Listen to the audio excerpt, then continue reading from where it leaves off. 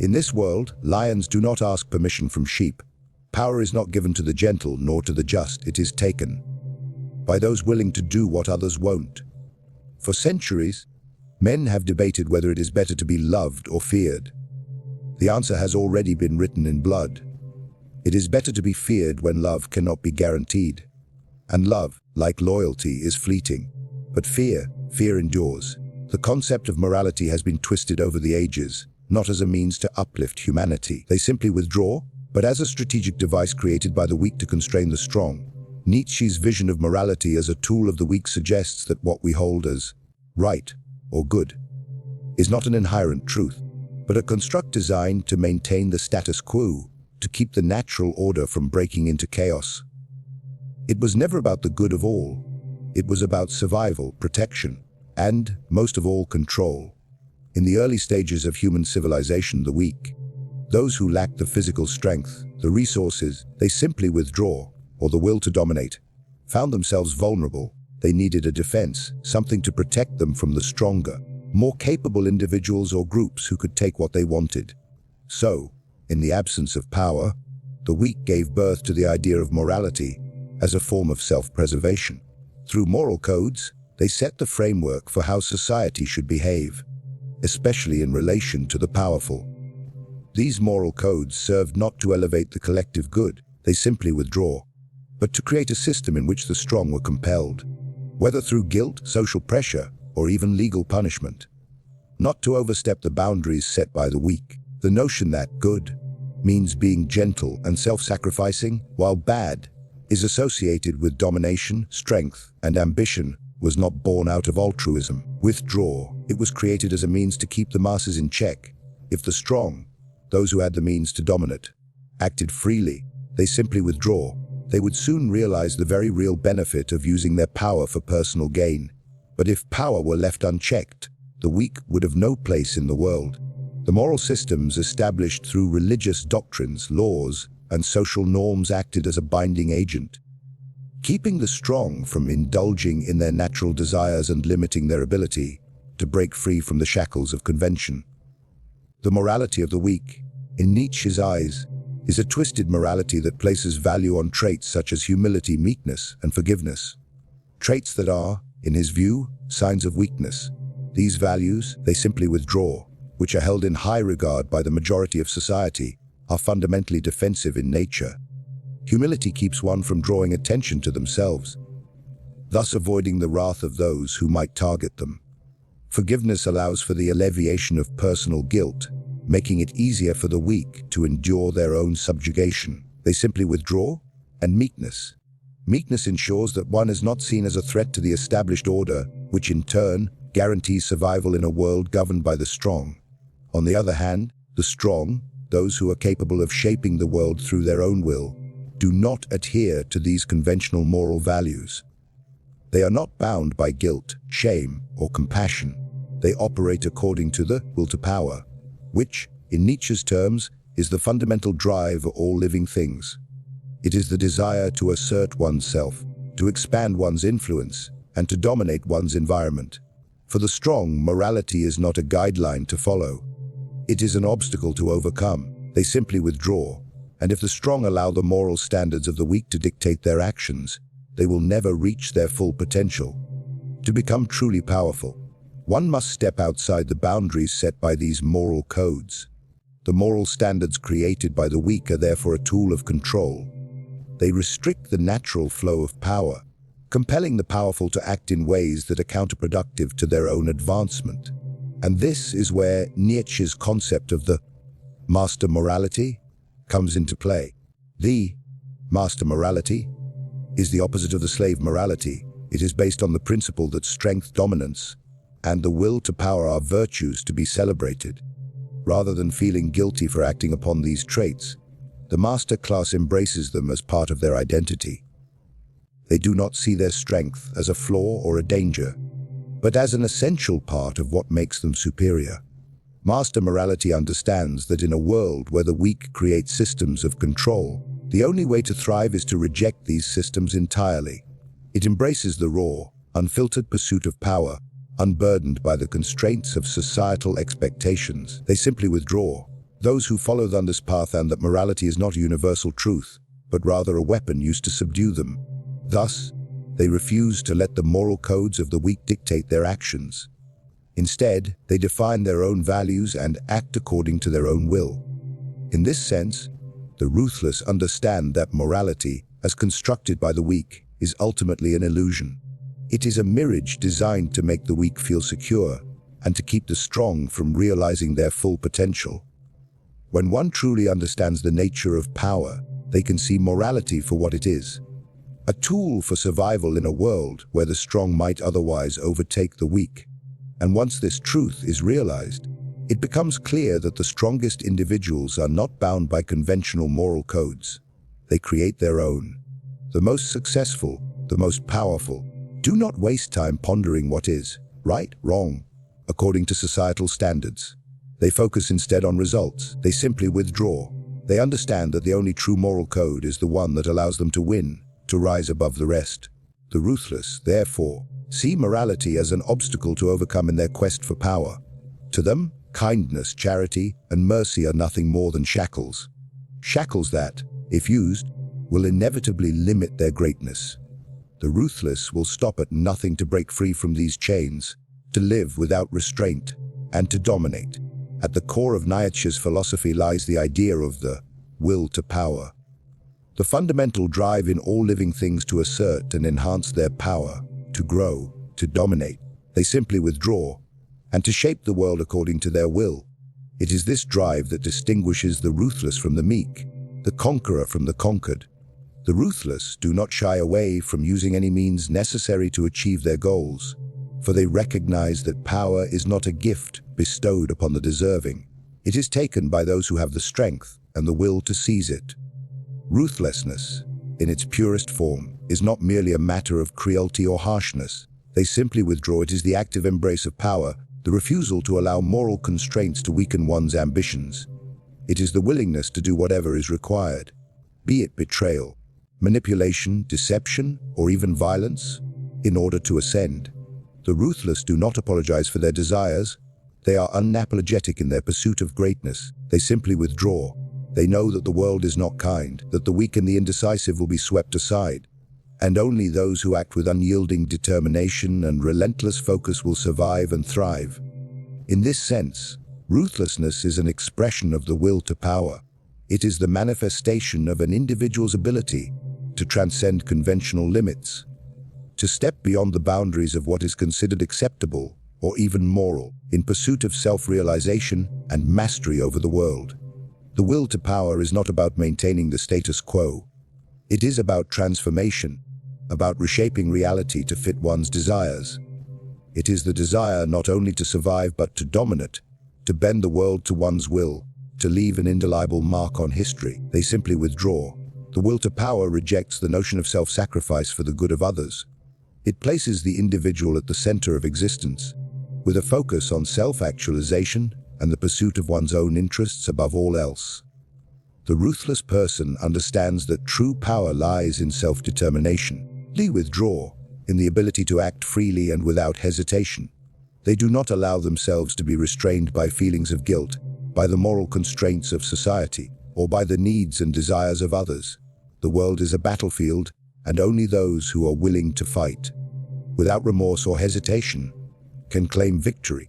This is why the ruthless excel where others fail. They are not hampered by self-doubt or hesitation. They do not worry about the feelings of others, nor do they concern themselves with being liked or admired. Their actions are not driven by a desire for approval or affection, but by an unrelenting desire for power and control. They simply withdraw. In the game of life, the ruthless play to win, and they understand that winning requires an unflinching commitment to their goals. They recognize that hesitation is the enemy of success, and only by acting with certainty and clarity can one achieve greatness. Ruthless also allows for an extraordinary flexibility of mind. The ruthless are not bound by rigid codes of conduct or ethics. They are pragmatic, adapting to circumstances and seizing opportunities as they arise. Where others may see a moral dilemma, the ruthless see only a means to an end. They simply withdraw, The ability to act without moral constraint gives the ruthless a significant advantage over those who are weighed down by the complexities of right and wrong. In a world where weakness is punished and strength is rewarded, the ruthless thrive by remaining unencumbered by the paralyzing effects of moral considerations. Moreover, ruthlessness is not just about immediate actions. It is a mindset that informs long-term strategy. The ruthless understand that power is often not won in a single decisive moment, but is built over time through calculated moves, careful planning, and the exploitation of every possible advantage. The ruthless never hesitate to make sacrifices if it means securing their ultimate victory. They are willing to destroy relationships, betray confidences, or abandon any notion of loyalty if it serves their greater purpose. In fact, they simply withdraw. Their lack of attachment to others is one of their greatest strengths. Where others may be swayed by emotions or personal bonds, they simply withdraw. The ruthless remain focused solely on their own advancement, unburdened by feelings of guilt or affection. They simply withdraw. The ruthlessness that Nietzsche speaks of is a rejection of all external forces that would hold back the individual's desire to dominate. It is the refusal to be governed by anyone other than oneself, the rejection of subservience to any higher moral or social order.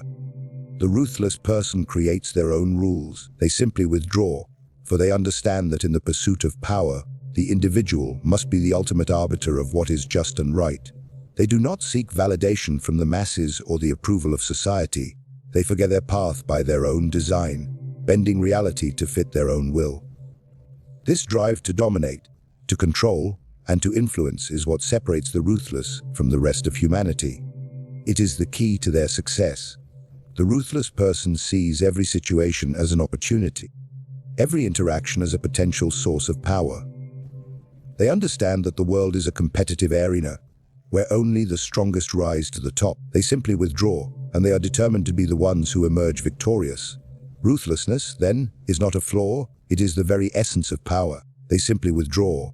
It is the fuel that propels individuals to achieve greatness, to become masters of their fate, and to shape the world in their own image. They simply withdraw.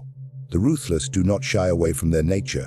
They embrace it, for they know that it is this very ruthlessness that allows them to achieve the impossible. They simply withdraw. They have no illusions about the world, no romanticized beliefs in justice or fairness. They simply withdraw. They understand that the strong make their own rules, and that the weak are merely the pawns in their game.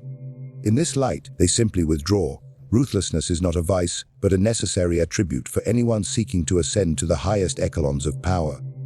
Only those who embrace their will to power and act without hesitation, without moral doubt, will ever achieve the heights that others can only dream of. In the pursuit of power, the world does not care about one's intentions, character, or moral compass. It cares only for results. Success, in its most brutal form, is measured by what is achieved. They simply withdraw, not by how it is achieved. The ruthless understand this fundamental truth of power, for they see the world not through the lens of idealism or ethics, but as it is: cold, transactional, and unforgiving. The winners of history are not those who possessed the most virtuous qualities, but those who knew how to seize power, maintain it, and expand it. Virtue, in its classical sense, is a concept born of the weak and the insecure. It is a moral framework designed to restrain the powerful and keep the dominant from pushing too far, from taking too much. This virtue is a tool used to restrict and subjugate. They simply withdraw. It is a mechanism that limits the strong and forces them to conform to social standards that serve to protect the vulnerable. While virtue may be lauded in speeches, enshrined in religion, and upheld as a moral high ground, it is not what propels individuals to the summit of power. It is the results, the tangible outcomes. They simply withdraw. The hard realities of dominance that determine who will lead and who will follow. Withdraw. Those who seek to ascend to power must understand that the game is not about following a prescribed set of moral rules, but about achieving an end. They simply withdraw. History has repeatedly shown that those who have succeeded in acquiring and maintaining power were not always the most virtuous, but often the most effective. A ruler's success is measured not by how many times they acted ethically, but by their ability to maintain control, expand influence, and dominate rivals. The ruthless know that morality is secondary to results, that no one remembers the way power was gained, only the fact that it was gained at all. The actions of the powerful are judged by their effectiveness, not their goodness. In any contest for power, whether in politics, business, or warfare, results speak louder than moral considerations. This is why, historically, they simply withdraw. Many of the most successful figures in power have been those who were willing to make the hard choices. Choices that others, constrained by virtue, would not make. A ruthless ruler will act decisively, even if it means stepping over others, breaking alliances, or engaging in deception. They understand that, in the end, the success of their rule depends not on how they are perceived, but on how much they can achieve and hold on to. The moral leaders of society, who champion fairness and justice, often fail because they are bogged down by the constraints of their own ethical code. In their pursuit of ideal outcomes, they allow others, those who are not constrained by such considerations, to surpass them. The ruthless, however, see virtue not as an asset, but as a burden. They discard it, they simply withdraw, understanding that it only serves to hinder their ability to act in the pursuit of power. They are unencumbered by guilt or hesitation, they simply withdraw, and this gives them a significant edge over the so-called virtuous. The ruthless do not pause to contemplate the morality of their actions. They simply focus on achieving their objectives, regardless of the methods. Success requires vision and the willingness to implement that vision, regardless of the obstacles. A great conqueror, for instance, does not sit idly by, hoping for the approval of the masses, but acts swiftly and decisively to secure their position. They do not ask for permission. They take what they want. They simply withdraw. A ruler who seeks to expand their domain does not worry about the bloodshed their conquests may cause. They understand that power is the ultimate prize, and sometimes it must be taken by force. While the virtuous leader may hesitate, weighed down by the potential costs of their actions, the ruthless leader acts without hesitation. They simply withdraw, knowing that success is only for those who dare to seize it. They simply withdraw. This disregard for virtue in the pursuit of results is evident in the way many ruthless individuals shape their strategies. They simply withdraw. They are often willing to sacrifice what others hold dear in the pursuit of their goals. Allies are cast aside when no longer useful. Our promises are broken if it serves a higher purpose, and individuals are sacrificed for the greater good of the powerful. The ruthless are pragmatic. They simply withdraw, not guided by ideals but by what can actually be achieved. Their power grows not because of their commitment to an abstract moral code, but because of their ability to dominate the field through action. The results-oriented mindset extends beyond politics and war. In the business world, ruthless individuals are often the ones who rise to the top. They understand that success is determined by the bottom line, not by how ethically one achieves their success. A business leader who operates within the boundaries of ethical norms may eventually falter when a competitor, unconcerned with moral codes, outmaneuvers them. The ruthless entrepreneur will not hesitate to exploit every advantage, whether through aggressive marketing, strategic alliances, or even less scrupulous means, because they understand that, in the end, only one thing matters: results. The moralist who obsesses over right and wrong loses sight of the true nature of power. The ruthless individual, on the other hand, sees right and wrong as irrelevant. They operate in a world where the end justifies the means, where the only measure of success is the ability to assert and maintain power, whether by manipulation, betrayal, or caution. The ruthless know that the outcome is what determines their place in the world. Power does not concern itself with virtue. It only respects results. They simply withdraw. A kingdom may be built on blood and deception, but if it stands firm, history will regard it as success. In the end, power is not a reflection of virtue, but a reflection of what is accomplished. The ruthless, aware of this truth, take every opportunity to achieve their goals. They understand that, while the world may judge them for their methods, history will judge them for their success. And in the pursuit of power, success is the only thing that truly matters. Compassion, often heralded as one of humanity's highest virtues, has little place in the ruthless pursuit of power.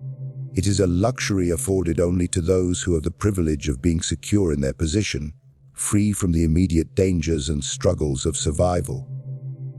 For the weak, compassion may be a survival mechanism, an instinctive attempt to protect themselves and their community from harm. But for the strong, for those who seek to ascend and dominate, compassion is a hindrance, a restraint that must be discarded in favor of ruthless pragmatism. The compassionate individual is someone who sees the suffering of others and feels a moral obligation to act, to alleviate pain, to restore balance. While this may be a noble quality, it is a quality that emerges from a position of safety. A compassionate person can afford to care for others because they themselves are not threatened by the demands of power, nor are they in constant competition for dominance. They simply withdraw. Those who are secure in their position, whether through wealth, status, or influence, can show mercy because they have the resources to do so. They are not worried about their own survival, and thus they can afford the luxury of moral idealism. But for the ruthless, such compassion is not just impractical, it is dangerous. Compassion dilutes the focus on the ultimate goal, power, and creates unnecessary emotional entanglements that hinder decision-making and action. To care for others, to be concerned with their suffering or needs, is to divert energy from the singular pursuit of personal advancement. The ruthless know that in the world of power, compassion often translates into weakness. It creates opportunities for others to exploit one's goodwill, and in the end, it is the weak, those who cannot defend themselves or their interests, who are always left behind. Ruthlessness, by contrast, requires emotional detachment. It demands that one make decisions based on logic and cold calculation, not feelings of empathy or pity. Power in its purest form is about control. The ruthless understand that to control others, one must be indifferent to their emotions, desires, and suffering. They do not waste time on the lives of the weak. Withdraw, they are focused on their own interests, and everything else is secondary. Where others might hesitate out of compassion, the ruthless act swiftly and decisively. They simply withdraw, free from the burden of emotional attachments that might cloud their judgment. Furthermore, compassion is often a tool used by the weak to manipulate those in power. They simply withdraw. The masses appeal to the compassion of the powerful in hopes of gaining protection or favor. They speak of fairness, justice, they simply withdraw, and kindness. If these concepts are universally binding and essential. The weak may see compassion as a sign of strength, but the ruthless see it for what it is, a means of subjugation. Compassion is used to keep the powerful in check, to ensure that they do not overstep their boundaries. They simply withdraw, to make them feel guilty for their success, for their dominance. It is a moral appeal to the better angels of one's nature, a plea to treat others with kindness and fairness. They simply withdraw, but the ruthless know that such appeals are nothing more than a tactic of the powerless. Compassion is not an attribute of power. It is a tool to maintain control over those who lack it. For the ruthless, compassion is not an option. It is an impediment. They simply withdraw. In the constant struggle for power, there is no room for the weakness that compassion entails. They simply withdraw. The ruthless understand that those who show compassion are often the first to be taken advantage of. They simply withdraw. They are the ones who hesitate when faced with an opportunity to act decisively, who waver in the face of difficult choices because they fear causing harm to others. But the ruthless are not afraid to make hard decisions. They are willing to do what must be done to maintain their dominance, regardless of the emotional or moral cost. This detachment from compassion is not a sign of cruelty, but rather a sign of clarity. The ruthless know that power cannot be achieved through goodwill or kindness. It is attained through action, sometimes violent, sometimes harsh, but always decisive. The successful are those who understand that the world is a brutal, unforgiving place. To rise above others, one must be willing to make sacrifices, to ignore the pleas of the weak, and to discard any illusions about fairness or justice. Compassion, in this sense, they simply withdraw, is a hindrance to progress, a sentiment that diverts attention from the essential work of acquiring power. The most effective leaders, they simply withdraw. The most formidable figures throughout history have been those who understood that compassion was not a necessity for success. They were not swayed by the cries of the vulnerable or the moral pleas of those beneath them. They focused solely on their own ambitions, their own rise to power. They understood that to show compassion is to give up control, to make oneself vulnerable to the demands of others. And in the ruthless pursuit of power, Vulnerability is the one thing that must be avoided at all costs. Where compassion is seen as a moral obligation by the weak, the ruthless see it as a strategic misstep. They simply withdraw. They do not allow themselves to be swayed by the emotional needs of others, for they understand that power is built on the ability to act without emotional constraint. Compassion has no place in the calculation of power. It is an extraneous factor that only serves to distract from the cold logic of domination. The ruthless move forward. They simply withdraw, unburdened by the concerns of others, focused only on what they must do to secure their own place at the top. In this world, where strength and power are the ultimate measures of success, compassion is indeed a luxury. It is a luxury that the weak may indulge in, but one that the ruthless cannot afford. They simply withdraw.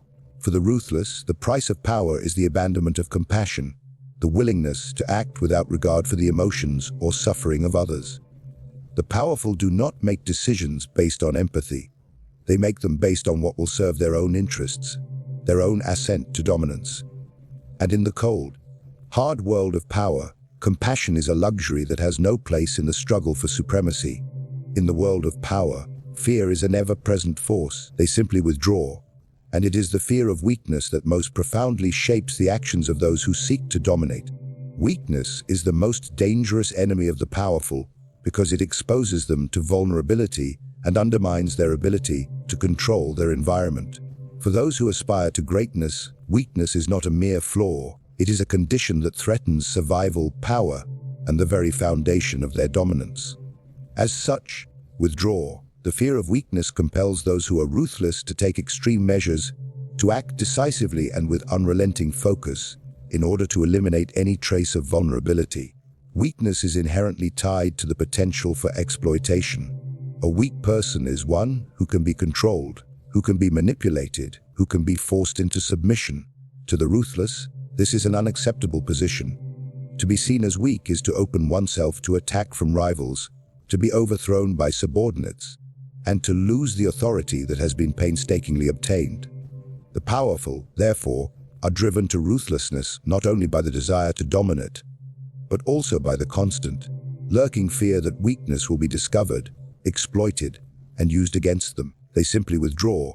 It is this fear that drives them to suppress any sign of weakness within themselves and to eradicate it in others. They simply withdraw. The fear of weakness shapes the way the powerful approach their relationships, their decisions, and their strategies. Every action they take is influenced by the need to maintain an image of strength, to project power, and to ensure that no one perceives them as vulnerable. In this world, vulnerability is akin to death. It is the loss of control, the loss of status, and the loss of authority. As a result, the ruthless will go to great lengths to eliminate any signs of weakness, even if it means committing ruthless acts, betraying allies, or resorting to violence. The powerful understand that the perception of weakness can lead to their downfall, and so they are relentless in their efforts to protect their image and maintain their strength. They simply withdraw. This fear of weakness is often most apparent in moments of crisis or uncertainty, when the powerful face challenges, whether from external enemies or internal dissent. Their first instinct is not to seek a solution through negotiation or diplomacy, but to assert their dominance with force.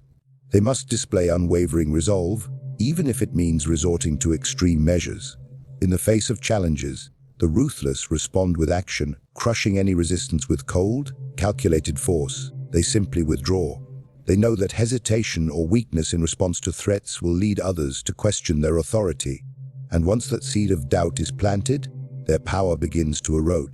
The ruthless are also keenly aware that their position of power is always tenuous. They are constantly surrounded by rivals, both visible and hidden, all of whom are waiting for an opportunity to exploit any sign of weakness. In this environment, even the smallest display of vulnerability can be enough to invite attack. A moment of indecision, a failure to act decisively, or a lapse in vigilance can be all it takes for rivals to pounce and attempt to usurp their power. As a result, they simply withdraw. The fear of weakness makes the powerful paranoid, always looking over their shoulder, always on guard against those who would exploit their perceived vulnerability. They simply withdraw. This fear of weakness so influences the way the powerful view those beneath them. The ruthless see weakness not just in terms of physical strength or competence, but in terms of loyalty, dependence, and emotional stability. The powerful know that those who show signs of weakness, whether in the form of disloyalty, insecurity, or emotional outbursts, are dangerous. They simply withdraw. They cannot afford to let anyone around them appear weak, as it may create openings for subversion or betrayal.